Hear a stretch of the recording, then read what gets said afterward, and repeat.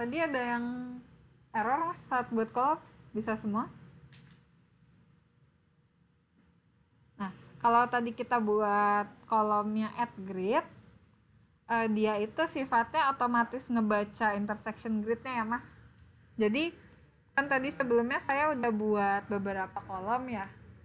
Nah, tool add gridnya tadi dia otomatis ngebaca, oh di grid ini sudah ada kolom, maka dia nggak akan buatkan kolom lagi di situ. Makanya nggak ada warning ya, jadi nggak ada yang kedouble kolomnya. Kalau di Revit ini, kalau ada objek yang kedouble, nah biasanya dia langsung muncul warning seperti ini. Dia bilang there are identical instance in the same place. Berarti ada objek yang sama di posisi yang sama. Nah ini dia ngasih warning ya kalau kedouble. Kalau seperti ini berarti kita bisa undo aja. Gitu ya. Oke. Nah, itu untuk membuat kolom vertikal. Nah, sekarang kita coba cek dulu ya Mas, di 3D View seperti apa sih model yang sudah kita buat. Untuk membuka 3D View, kita bisa klik shortcutnya aja ya. Shortcutnya ada di bagian atas, ada yang icon gambar rumah. Ini agak nggak kelihatan ya.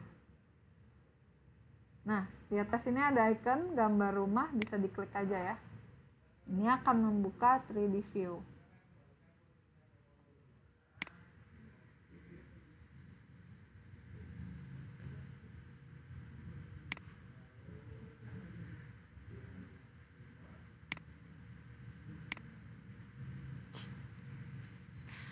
Oke, sudah masuk ke 3D view-nya mas.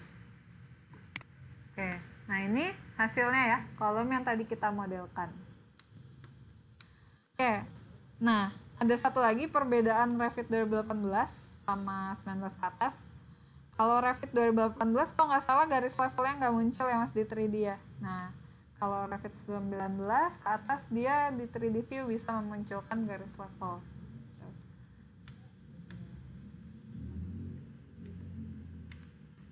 Oke. Nah, untuk view ini tampilan kolomnya kan masih wireframe ya, jadi masih berupa kerangkanya aja.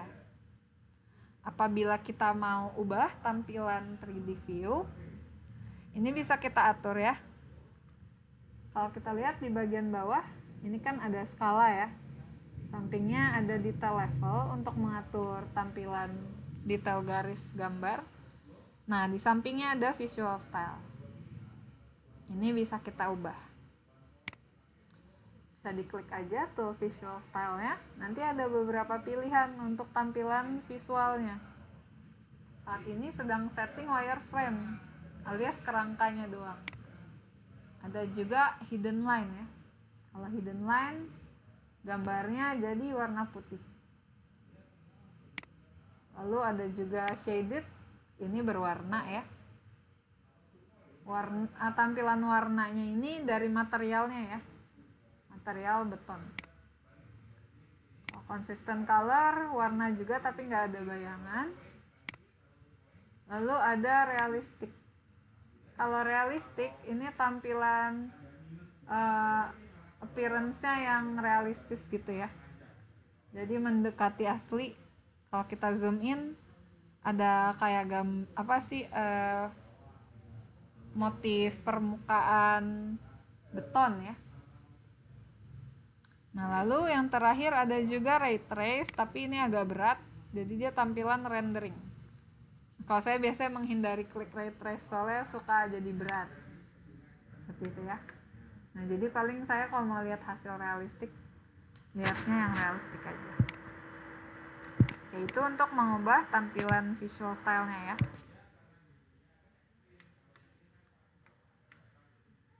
Oke. Nah, untuk di Revit, kalau kita pemodelannya mau coba buat tile view gitu ya, bisa ya.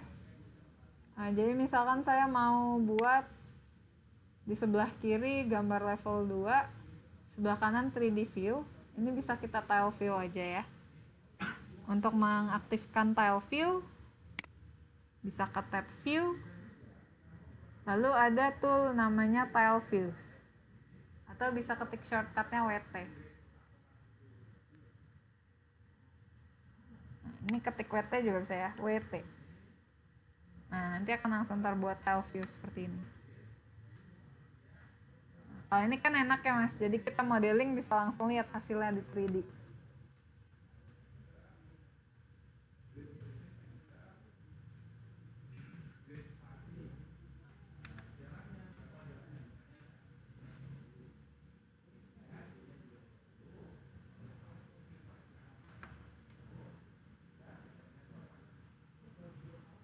Kolom.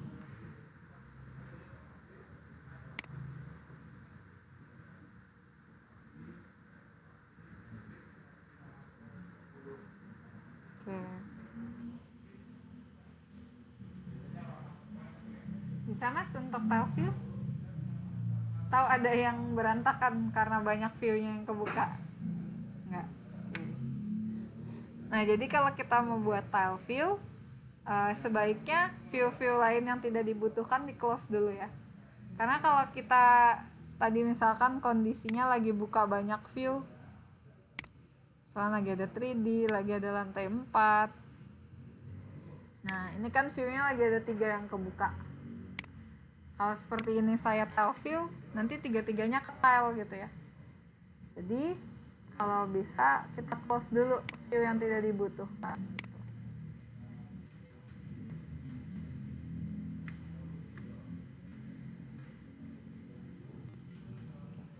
Jadi setiap kali kita memodelkan, dia akan langsung muncul di 3D-nya gitu ya. Oke, untuk kolom vertikal bisa ya mas ya, sampai sini.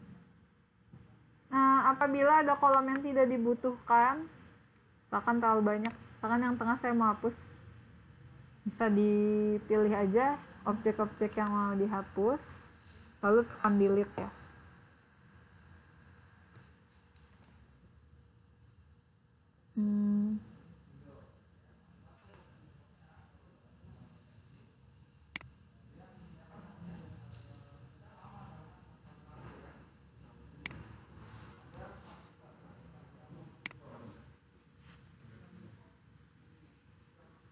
Oke. Kalau sudah untuk kolom, selanjutnya kita coba masuk lagi ya ke tool kolom. Kita buatkan slanted kolom atau kolom miring. Bisa kembali lagi ke tab structure, lalu pilih kolom.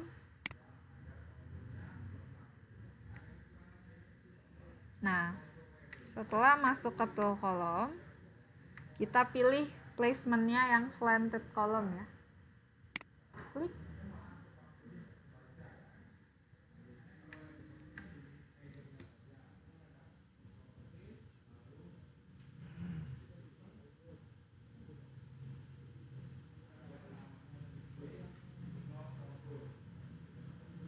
Oke. Kalau sudah pilih slanted kolom, nah sekarang dicek ya mas. Kalau tadi kan kita aturnya depth atau height, lalu levelnya ya. Nah untuk slanted kolom settingnya berbeda lagi. Jadi kita atur first click sama second click. Nah kita bisa atur di klik pertama elevasinya di berapa, klik kedua elevasinya di berapa gitu ya. Nah misalkan di sini saya mau atur, oh ini udah keset first clicknya di lantai ground floor, second clicknya level 2 kayak gitu ya. Atau kalau misalkan nggak mau setinggi itu, misalkan saya maunya sampai ketinggian 3000 aja, bisa juga second clicknya diatur jadi ground floor tapi dikasih ini ya offset 3000, baru second clicknya ganti ground floor. Itu bisa ya. Nah jadi kotak sampingnya ini namanya offset mas. Dia berfungsi sebagai apa ya namanya, jadi kalau garis levelnya ini, sekarang kita mau mengacu ke garis level 1 tapi lebih 3 meter, nah 3 meter ini kita jadikan offset. Atau dia itu bisa juga kita atur jadi level 2, tapi di sini jadi minus 500. Itu bisa juga ya, sama aja. Dia fungsinya sebagai offset.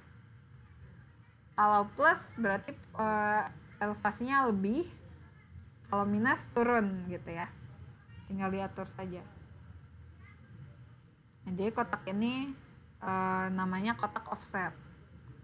Fungsinya untuk apa ya namanya, supaya nggak pas di garis level tersebut gitu ya. Nah, kalau sudah diatur first click dan second click, kita bisa pilih dulu ya mau buat kolomnya pakai tipe yang mana. Untuk yang ini contohnya misalkan saya pakai yang round kolom ukuran 450 diameternya. Jadi bisa pilih dulu jenis kolomnya. Nah, kalau sudah, untuk membuat kolom miring, caranya pertama kita klik dulu. Jadi kan first clicknya sudah kita atur ground floor ya. Nah, kita bisa atur nih untuk posisinya yang di ground floor di mana. Misalkan di sini. Saya klik dulu. Nah, itu jadi first clicknya ya. Berarti posisinya di ground floor. Nah, betul, karena kita sudah setting first clicknya ground floor mas gitu. Nah, kalau sudah, tinggal kita arahkan dia miringnya mau kemana. Misalkan saya arahkan ke kanan sejauh 4 meter gitu ya. Nah, ini ketika saya klik, itu posisi second clicknya, berarti dia di level 2 tapi turun 500 gitu ya. Nah, hasilnya jadi seperti ini kalau kita lihat di 3D view. Nah, ini saya coba 3D view-nya lurusin dari front ya. Nah, jadi dia seperti ini hasilnya. Level apa? First click-nya tadi di level 1 sejajar. Nah, second click-nya di sini level 2 tapi turun 500. Gitu. Ya, kita akan dicoba dulu mas bikin slanted kolom.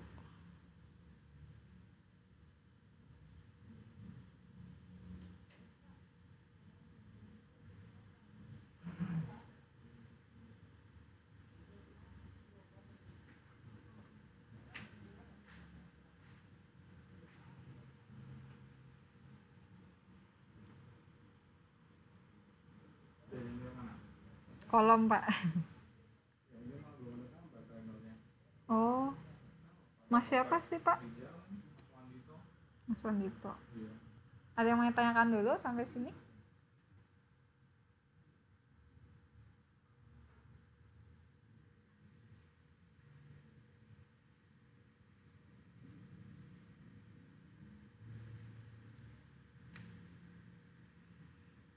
Kalau kolom miringnya sudah selesai dibuat, bisa tekan escape aja ya untuk keluar dari tool ya. Nah, jadi kalau di Revit, untuk pemodelan apapun itu, kita bebas ya, mau membuatnya di level berapa. Nah, jadi yang penting kita sudah setting yang pas gitu ya. Kayak tadi kita bikin kolomnya meskipun dari denah lantai 2 tetap bisa dia muncul di ground floor dan lantai 2 dan klik keduanya di lantai 2 kayak gitu ya. Sama halnya kayak misalkan kita bikin atap, kita gambar di lantai 3 tapi nanti hasilnya bisa kita pindahin ke lantai atas, itu bisa juga ya.